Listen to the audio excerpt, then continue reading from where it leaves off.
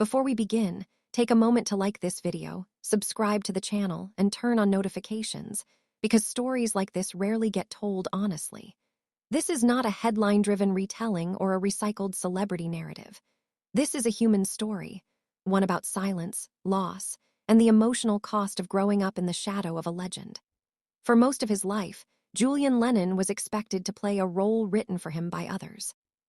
He was supposed to smile politely, respect the mythology surrounding his father, and remain grateful for a famous last name, even if that name came with absence instead of warmth. But silence has a price.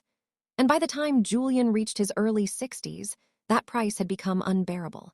When he finally spoke, it wasn't to shock the world or tear down a legacy. It was to tell the truth he had carried quietly for decades. His story forces us to look past albums, slogans, and public sainthood and confront something far more uncomfortable: the experience of a child who felt left behind. This isn't about rewriting history. It's about understanding it from the side that was never allowed to speak.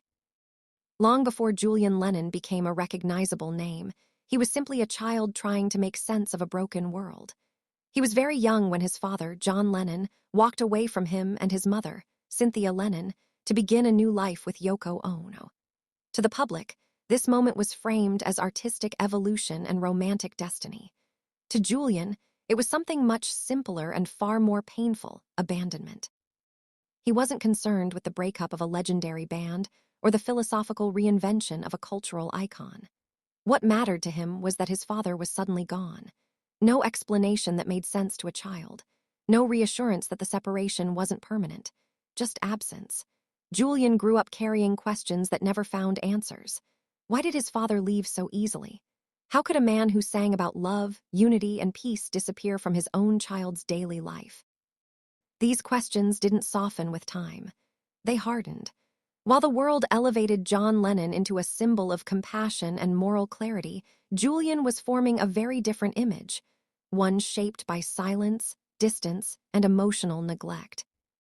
After the divorce, Cynthia Lennon was left to rebuild a life from the ground up. Despite what many assumed, there was no fairy tale safety net waiting for her and Julian. There were no endless mansions or guaranteed financial comfort. Cynthia sold personal possessions, worked tirelessly, and focused all her energy on protecting her son from a world that constantly reminded him of what he had lost. She became more than a mother. She became a shield. Her sacrifices weren't dramatic or public. They were quiet, exhausting, and relentless. She absorbed the emotional shock of abandonment so Julian wouldn't have to face it alone. While the world romanticized John Lennon's transformation, Cynthia dealt with the unglamorous reality of raising a child who felt rejected by his own father. She never turned Julian against John, but she couldn't erase the pain either. Every missed call, every unanswered letter, every long silence added another layer of confusion to Julian's childhood. Cynthia's strength gave Julian stability, but it couldn't replace the absence of a father. That absence lingered in small moments: school events, bedtime questions, and the quiet realization that love, when withdrawn, leaves scars no fame can heal. School offered Julian no refuge. His surname followed him everywhere, but instead of privilege, it brought cruelty. Other children assumed wealth, favoritism, and entitlement, and resentment followed quickly. Julian was bullied, mocked, and sometimes physically attacked. Teachers often failed to intervene, believing that a child with a famous father couldn't possibly be struggling. Fame, Julian learned early, did not protect, it isolated. He discovered that public perception had little connection to private reality. The world believed he lived a charmed life, while he navigated loneliness and confusion. He learned to keep his emotions guarded, because vulnerability was often met with disbelief or dismissal. Being John Lennon's son didn't give him belonging. It made him an outsider everywhere he went. This early isolation shaped Julian deeply. It taught him that people would always see the name before they saw the person. That lesson followed him into adulthood, influencing how he trusted, how he loved, and how he protected himself emotionally. Fame wasn't a gift handed down to him. It was a shadow he had to learn how to live inside. As Julian entered his teenage years, the distance between him and his father didn't narrow. It became more defined. Contact existed, but it was sporadic and emotionally hollow. Phone calls were brief. Visits felt awkward. Nothing resembled a natural father-son bond. While John Lennon built a new life centered around Yoko Ono, Julian watched from the margins, trying to understand where he fit, if he fit at all. What made the pain sharper was not just absence, but contrast. As John withdrew from Julian's life, he became increasingly present in the life of his younger son, Sean. The public praised this transformation, celebrating John as a devoted father who had stepped away from fame for family. But for Julian, those headlines felt like erasure. Everything his father was now admired for was exactly what Julian had never received. Julian later described this not as jealousy, but as grief for a childhood that never existed. The contradiction between John's public ideals and private choices became central to how Julian understood his father, not as a flawed hero, but as a man who left unfinished damage behind. One memory haunted Julian for years. He recalled hearing that his father once described his conception as a drunken mistake, while Sean was said to have been born out of love. Whether the remark was exaggerated or misunderstood mattered less than its emotional impact. To Julian, it confirmed his deepest fear, that he was an accident, a reminder of a past his father wanted to forget. Those words, real or rumored, shaped how Julian saw himself for decades. They fed a quiet belief that he was unwanted, tolerated rather than cherished. Even as Julian tried to build his own identity, that wound lingered beneath the surface. It affected how he measured his worth and how he interpreted silence. When affection is inconsistent, a child learns to internalize blame. Julian didn't rage publicly. He carried the pain inward, learning to survive rather than confront. The world saw John Lennon as a voice of empathy and truth. Julian lived with a gap between that image and his own experience, a gap that never fully closed. There were moments, however brief, when hope flickered. During a period when John Lennon was temporarily separated from Yoko Ono, May Pang entered his life.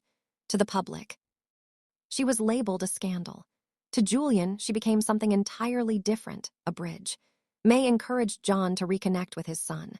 She ensured Julian was welcomed, included, and treated with warmth. For the first time, Julian experienced something close to normalcy. He spent time with his father without tension. He received gifts like a guitar and a drum machine, but more importantly, he shared ordinary moments that had been missing his entire life.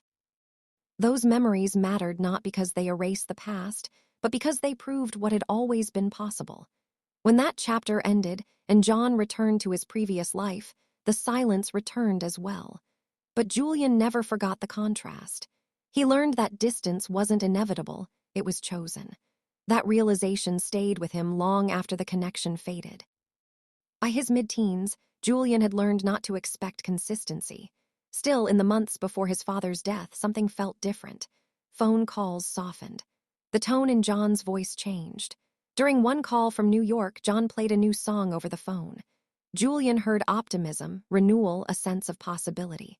For the first time in years, Julian allowed himself to believe reconciliation might finally happen.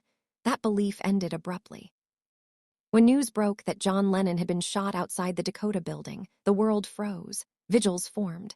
Radios fell silent. Julian's grief unfolded far from the crowds. He was with his mother, removed from the chaos. His pain wasn't loud, it was disorienting. He lost his father at the exact moment he believed they were finding their way back to each other. There was no public funeral for him to stand as a son. Silence was requested. Julian obeyed, but that silence felt cruel. When Julian traveled to New York after his father's death, he hoped proximity would bring comfort. Instead, it deepened his sense of exclusion. According to Cynthia, Julian was asked to touch his father's ashes, an act framed as sacred, but experienced as invasive and deeply uncomfortable. Rather than offering closure, it reinforced the feeling that he was a guest in someone else's grief. What hurt even more was erasure. Official statements following John Lennon's death did not mention Julian at all. He was grieving, he was present, yet publicly it was as if he didn't exist. That omission cut deeper than any legal decision ever would. As the world mourned a legend, Julian mourned a relationship that never fully lived. Reconciliation requires time, and time had run out. Everything left unsaid would remain unsaid forever. Grief was only the beginning. When the will was read, Julian learned that nearly everything his father had built was left under the control of Yoko Ono and her son. Julian received a small trust fund. No acknowledgement. No gesture of inclusion. What hurt wasn't the amount, it was the message. For a son who had spent his life wondering if he mattered, the will felt like confirmation of his worst fear. Even in death, he had been left behind. As years passed, every major decision about John Lennon's legacy moved forward without Julian's involvement. Albums, anniversaries, and projects were announced through the press. Julian was never consulted, never included. The name opened doors, but it never gave him belonging. Eventually, Julian made a decision he never wanted to make. He went to court. The legal battle stretched across decades, draining him emotionally. The media painted him as greedy, but Julian was clear he wasn't fighting for money. He wanted personal items, letters, photographs, instruments, pieces of a father he barely knew. In some cases, he had to buy those items at auction. A bitter irony, a son paying strangers to reclaim fragments of his own past. When a settlement was reached in the mid-1990s, it brought no relief. Julian described it as ending a war, not winning it. The conflict reshaped him, reinforcing a lifelong pattern of being pushed aside. For years, Julian avoided openly naming the source of his resentment. The conflict with Yoko Ono was never simple. It was about power, control, and exclusion. After John's death, Yoko became the gatekeeper of his legacy. Julian felt increasingly erased, historically, emotionally, symbolically. He wasn't consulted. He wasn't informed. He often learned about his father's legacy the same way the public did. His anger wasn't explosive, it was cumulative. Decades of silence hardened into something heavy and enduring. Over time, Julian realized that holding onto rage was destroying him, not because it was unjustified, but because it was endless. The shift didn't come from reconciliation. It came from restraint. Julian chose a fragile truce, not for Yoko, but for his younger brother. Preserving that bond mattered more than continuing a war that had already taken so much. Hatred didn't disappear, it simply stopped defining him. Julian Lennon waited more than half a century to speak honestly. When he finally did, it wasn't to tear anyone down, it was to reclaim his own story. His voice wasn't bitter, it was measured. Calm, human. He didn't deny his father's talent or influence. He simply acknowledged the truth of his own experience. A child left behind. A son who learned survival before love. His story doesn't erase a legacy, it completes it. So after hearing everything, the silence, the exclusion, the loss, was Julian Lennon's anger justified? Or did silence demand too high a price? This story isn't about choosing sides. It's about understanding complexity. Let us know your thoughts in the comments. And if this story moved you, don't forget to like, subscribe, and join us for more untold stories behind famous names.